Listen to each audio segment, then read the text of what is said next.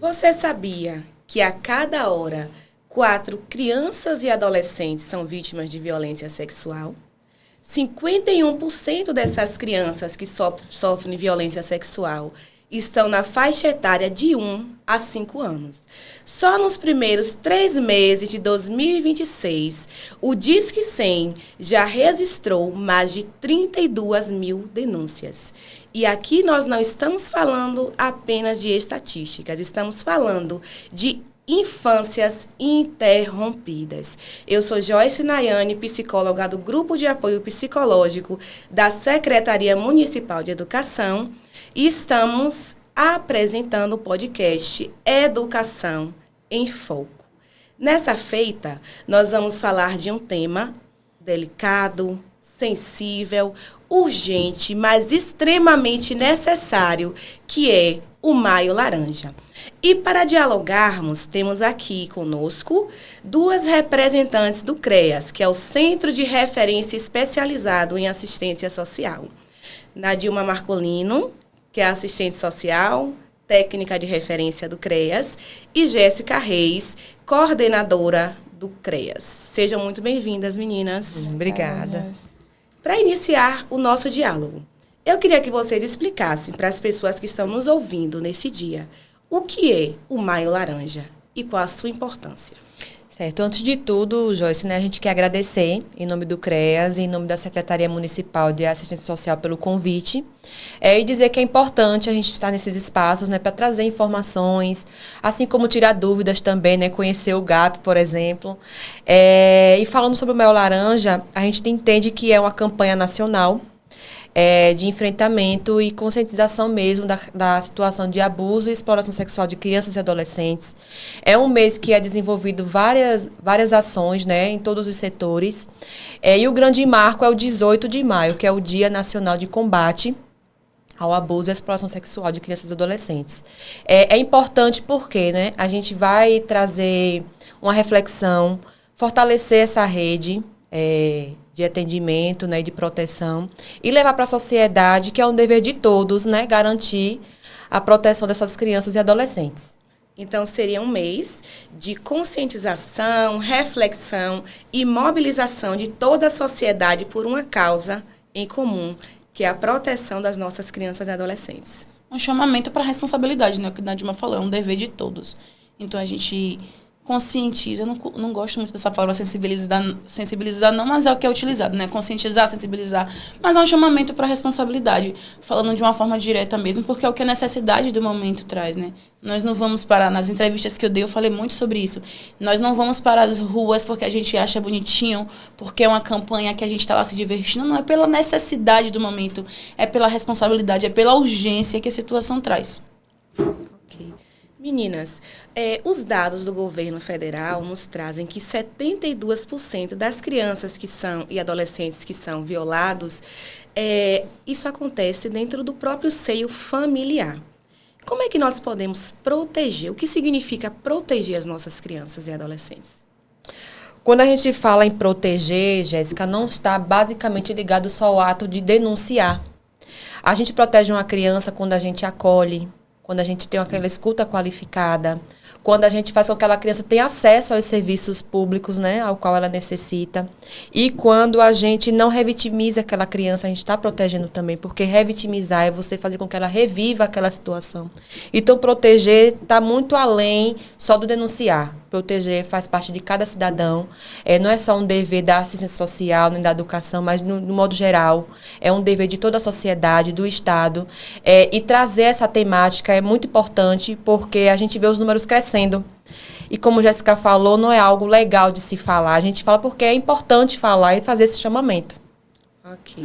Proteger a criança é ouvir sem julgar, Como a Nadilma falou, não revitimizar. É estar atento aos sinais. Não expor a criança, principalmente, porque só o nível da violência ali já é de uma exposição muito grande. Mas acolher, estar sempre disposto a acolher, prestar atenção nos sinais, a mudança que a criança tem, porque a gente costuma a julgar, não acolher. E o que a criança e o adolescente precisa é de um acolhimento, de uma escuta de qualidade, de uma atenção, um ambiente saudável. Porque É no seio familiar mesmo que acontece. É sempre os mais próximos. É sempre aquela pessoa que o pai e a mãe dizem, mas eu confiava tanto nele. Eu não achei que ele seria capaz de fazer isso, mas é capaz. E a gente também protege quando a gente interrompe essa situação de violação de direitos, né? É importante também lembrar disso. Então, dentro do que vocês estão trazendo, poderíamos ter um perfil de um agressor, de um abusador sexual? Existe um perfil? Olha só, Jéssica, é muito dinâmico. Até porque, como Jéssica falou, é aquela pessoa próxima. Mas eu não tenho dados aqui concretos do CREAS, né? O que eu posso dizer é que geralmente são homens próximos da família, que tem aquela confiança, né? Que consegue ter aquela confiança, tanto da família como da criança. E os casos não só tipo, com adolescente mais velho, não. Vai desde criança mesmo, de 2 anos. Já tem de criança de 2 anos e meio, vítimas de abuso sexual. Então, o agressor, o que eu posso dizer é aquela pessoa, uma característica grande é que ele é próximo da família. Ele consegue ter aquela confiança. Não é todo homem, mas sempre um homem. E o que fazer? O que nós, enquanto sociedade civil, professor, vizinho, alguém que está próximo dessa criança ou desse adolescente, ao suspeitar, ainda que não se tenha nada concreto, enquanto suspeita, o que é que nós podemos fazer? Buscar rede de proteção. Em primeiro passo, né, nós temos aí o Disque 100, que é um canal de denúncia muito importante, que não precisa ter a certeza da violação, mas só... parece que ali tem algo de errado.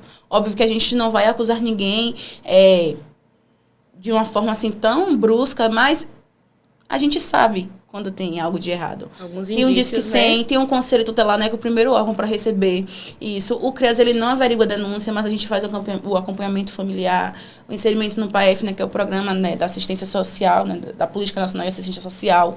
Mas estar atento sempre, sabe? Prestar atenção no menor desconforto que sentir, que perceber, buscar a rede de proteção, buscar denunciar. Eu sei que o medo vem, que a angústia de ser descoberto, foi fulano que denunciou a retaliação, porque a gente sabe também das questões das zonas periféricas e etc, porque não tem um meio específico. A gente sabe os ambientes que têm mais incidências, mas acontecem em todo lugar. Não tem uma classe social, não. Não tem. Essa consciência de classe para violência não existe. É em todo. De fato que há o índice nas maiores comunidades, nas zonas periféricas, mas eu sei que o medo vem, principalmente quem mora nas zonas periféricas, né? Mas denunciar. É importante buscar rede de proteção, buscar os devidos encaminhamentos e se responsabilizar, porque nós todos somos responsáveis. Um fator importante é conhecer essa rede, entender o que o seu município tem, né? Aqui em Santo Antônio, a gente pode falar, né, que temos uma rede intersetorial bastante atuante. Temos o CREAS, o primeiro porta de entrada poderia ser o Conselho Tutelar, porque a gente tem que notificar, já que ele é o órgão, né, que está ali na ponta da pirâmide. Quando a gente omite uma informação, Joyce, ou a gente omite uma denúncia, a gente protege o agressor. E aquela vítima, né, a criança, a adolescente, ela acaba ficando mais exposta. Então, um ponto crucial, a gente entender o que a gente tem no nosso município e buscar informações, né? Se não souber, buscar informações do que tem para entender. E se nós nos calarmos diante dessas situações, a gente só está perpetuando um sofrimento diário dessas crianças, não é? Meninas, entendendo que muitos dos nossos espectadores são pessoas da comunidade escolar, eu quero fazer uma outra pergunta a vocês. Imagine que uma criança chega para algum profissional da educação e relate sobre abuso que ela está sofrendo algum tipo de abuso sexual. Qual seria a conduta inicial desse profissional? Como é que ele deve agir diante dessa situação? Evitando o que você estava falando da revitimização. Como deve ser a condução desse profissional? Primeiramente, acolher aquela criança, ter uma escuta sensível e qualificada, né? Tentar não revitimizar, que revitimizar é você fazer com que aquela criança reviva e reviver o que a gente não quer, né? Que aquela criança passe por isso. Não fazer perguntas repetitivas, não aprofundar o assunto, né? Entender o momento dela e o principal também é conhecer a rede, como eu já falei anteriormente, e fazer os encaminhamentos por exemplo, encaminhar para o Conselho Tutelar, o Disque 100. E se tiver medo de fazer essa denúncia, tem o canal, né, que como a Jéssica falou, o Disque 100, que você não precisa se identificar. E esse canal ele vai fazer os disparos dos encaminhamentos necessários. Então, para a educação, né, primeira coisa, acolher aquela criança. Porque muitas das vezes aquela criança, ela sente na escola protegida. Algum profissional, ela tem confiança. Então, aproveitar esse momento, né, que já que aquela criança tem se sente segura e contar, saber como atuar. Primeiro ponto, ser acolhedor. Então, ter essa escuta ativa e não buscar investigar aquilo que aconteceu com a criança, não é isso? E lembrando, Joyce, como a Ana Dilma falou da questão da revitimização, já recebemos encaminhamentos de uma carta que a criança fez, de um desenho que o adolescente foi lá e fez. Então, assim, ali já mostra, ouviu, chamou o Conselho Tutelar, os técnicos fazem estudo de casos junto com a rede, mas está sempre atento, porque no mínimo detalhe eles comunicam. A gente acha que não, mas comunicam. A gente já recebeu casos assim que a gente não pode expor a criança, mas que eu já vi casos da criança denunciar, num desenho mostrar o que aconteceu. E dali a gente já percebe, sabe? Já consegue ter a noção do acontecimento. Porque vocês estão de frente, né, gente? Nessa linha de frente, como eu falei, como nós estávamos conversando nos bastidores, que é um trabalho que nos atravessa. Principalmente nós que temos filhos, são situações que vão nos atravessando diariamente quando vemos principalmente crianças sofrendo de uma violência sexual e sem poder se defender, se proteger. Sendo vítimas daqueles que deveriam ser os seus defensores, os seus protetores. Meninas, como é que as escolas, as famílias podem atuar protegendo as nossas crianças? Existe algum meio, alguma forma? Primeiro ponto é não se omitir. Buscar conhecer os canais de denúncia, acolher aquela criança, se identificou, não precisa ter provas, até porque esse é o papel da polícia, fazer a investigação, né? A gente pode, sim, denunciar de uma forma que não venha se apresentar, né? Tem um Conselho Tutelar, que ele é o órgão principal a ser notificado.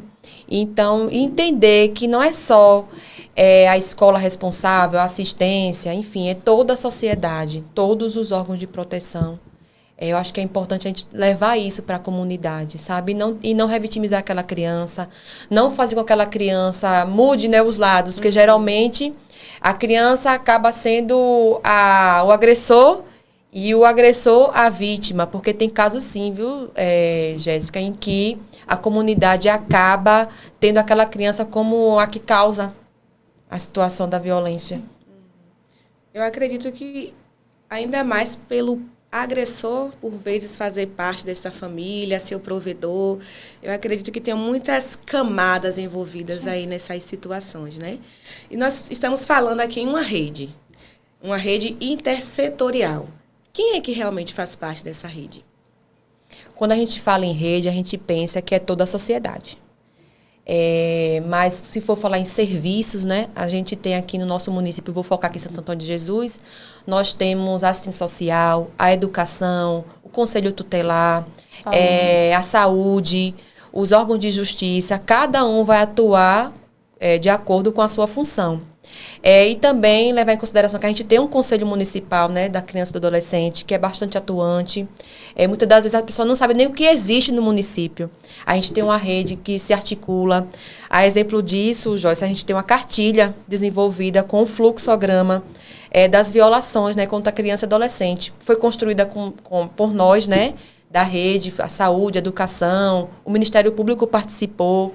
Então, assim, foi um grande avanço que a gente tem aqui no nosso município, né? Essa cartilha, quem quiser ter acesso no Conselho Municipal, na sede dos direitos da criança e do adolescente, tem essa cartilha. Como você falou nos bastidores, né? Teve acesso, já compartilhou com a equipe, com os estagiários. Então, assim, como a gente pode perceber o quão é importante ter uma rede, né, fortalecida. A gente sabe das fragilidades, mas o quanto é importante ter essa participação de todos, sabe? Principalmente quando a gente fala de criança e adolescente, porque é algo sensível, porque quando a gente fala em criança, a gente pensa que ela tem que ser protegida, né? E justamente naquele local que ela está, ela não está sendo protegida. Então, é algo bem sensível e delicado de se falar. É exatamente isso. E é como na Dilma atrás, a gente tem uma rede. fragilizada. Tem gente que fala, mas a gente possui uma rede, a gente se articula, mas acho que a gente pode seguir melhorando cada dia mais, andando junto, caminhando junto, porque é o nosso dever, né? Tá na Constituição, tá no Estatuto da Criança e do Adolescente, é um dever nosso, é um dever do próprio Estado, é um dever da gente enquanto cidadão mesmo, nós somos seres humanos, cidadãos dotados de direitos e deveres, e esse é o nosso dever. Se a gente não cumpre o nosso dever, a gente não pode ter acesso a direitos, né? E a gente precisa proteger e defender essas crianças. A rede de proteção, ela precisa andar junta. Ela precisa se comunicar entre si. Porque se a gente não se comunica, a gente não tem como comunicar as demais pessoas, né? Mas a gente tem uma rede de proteção atuante, como o Nadima falou, do Conselho Municipal dos Direitos da Criança e Adolescente, né, que é representado pela presidente Luana Emília, que é extremamente atuante, é extremamente presente. Não precisa nem falar que ela já está lá presente. Mas é isso. A gente precisa andar junto cada dia mais, caminharmos juntos para combater essa violência, essas diversas violações que as crianças e adolescentes sofrem. A gente está no mês, né, do combate ao abuso e exploração sexual, mas a gente sabe que não é só isso. A gente sabe que por trás dessa cortina imensa há muito mais coisas. É um ciclo, né? A violência, ela é um ciclo. Né? Ela tem o seu ciclo de mais apagadinho, tem o seu ciclo bem latente, e a gente está vivendo um ciclo bem latente. A gente está vivendo um momento que é de urgência, é um momento muito gritante. Que a necessidade, ela bate na nossa porta todos os dias, em todos os momentos. Isso. Fazendo um link aí com o que vocês estão falando dessa necessidade, segundo os dados dos órgãos federais, só no ano passado tivemos mais de 500 mil casos notificados de crianças e adolescentes que sofreram abuso sexual. Isso representa em torno de 10%. Por quê? Porque existe a subnotificação. Eu acredito que vocês que estão aí na ponta percebam essa dificuldade da subnotificação, né? De que existem evidências, mas que, infelizmente, as denúncias não chegam até vocês. Sim, com certeza. Um grande exemplo disso é os casos ocorridos na zona rural. A gente recebe muito pouco caso, né? Assim, de situações de violação de direitos. A gente sabe que existe, porque, como a Jéssica falou, é algo que já tem se expandido muito. Então, a subnotificação, ela faz com que a rede se fragilize, né? E aquela criança, ela sofra mais e mais com questão de violação de direito. Tem alguma mensagem que, se vocês pudessem deixar como um despertar para nós, enquanto sociedade civil, quanto à necessidade de levantarmos essa pontinha do véu e trabalharmos mais as questões voltadas para o Maio Laranja, não apenas em maio? Qual é a mensagem que vocês deixariam para a gente? Pensar que as crianças e as violações de direitos não são apenas no Maio Laranja, né? É o humano todo. São os 365 ou 366 dias do ano, a cada segundo, a cada minuto, a cada milésimo de segundo. Isso acontece, então é se responsabilizar, mas acima de tudo acolher, prestar atenção nas crianças. Eu sou apaixonada por criança e eu sempre falo que a gente precisa prestar atenção nelas. A gente precisa prestar atenção no olhar triste, a gente precisa prestar atenção na mudança de comportamento. Não simplesmente julgar, mas entender por que isso está acontecendo. Fulano não era assim. Preste atenção no adolescente que se isola, preste atenção no comportamento, na baixa frequência escolar. A gente só olha o ponto negativo. Ah, tá indo ruim na escola. Fulano não era assim, mas está de outro jeito. Mas o porquê? E o X da questão ali está onde? Às vezes ele está escondido ou ele está ali sendo mostrado. E não silenciar, porque como a Nadima vem pontuando e a gente vem pontuando, o silêncio ele só protege o agressor, ele não protege a criança. E a gente não está aqui para defender agressor, a gente não está aqui para defender violentador, violador, a gente está aqui para defender criança, para proteger a criança e o adolescente. Só fortalecendo, né, a fala de Jéssica, é fazer com que a rede se fortaleça, né? Falar do assunto não só no mês de maio e dizer que a gente tem que expandir esses assuntos para a família também. Isso. Porque a gente trabalha justamente com a família, né? Não é à toa que o CREAS, ele atua na parte do acompanhamento familiar. Muitas vezes as pessoas pensam que ele faz a investigação e não é o papel do CREAS. Então, assim, entender o papel da rede, entender o papel de cada setor, fazer os encaminhamentos necessários. Proteger não é só denunciar, mas acolher, fazer com que aquela criança tenha acesso aos serviços, né, ao qual ela necessite. E é isso, cada um fazer a sua parte e pensar o Maio Laranja o ano todo. Ok. Jéssica, Nadima, muito obrigada pela presença de vocês, pelas contribuições tão valiosas. Eu amei estar aqui com vocês. Acredito que os nossos espectadores também vão ter essa mesma sensação. Nós encerramos por aqui o nosso podcast, mas a nossa mobilização continua. Porque como as nossas representantes do CREAS falaram hoje pela manhã, que o Maio Laranja deve ser trabalhado não especificamente em um dia do ano. Não apenas em um mês do ano. Mas precisamos nos despertar para trabalhar todos os dias do ano. Por quê? Porque se nós nos calarmos, vamos dar continuidade, vamos perpetuar o sofrimento das nossas crianças. Então, não se cale, não se omita, disque 100. Porque quando você liga, você pode estar mudando o destino de uma criança ou adolescente. Até breve. Obrigada.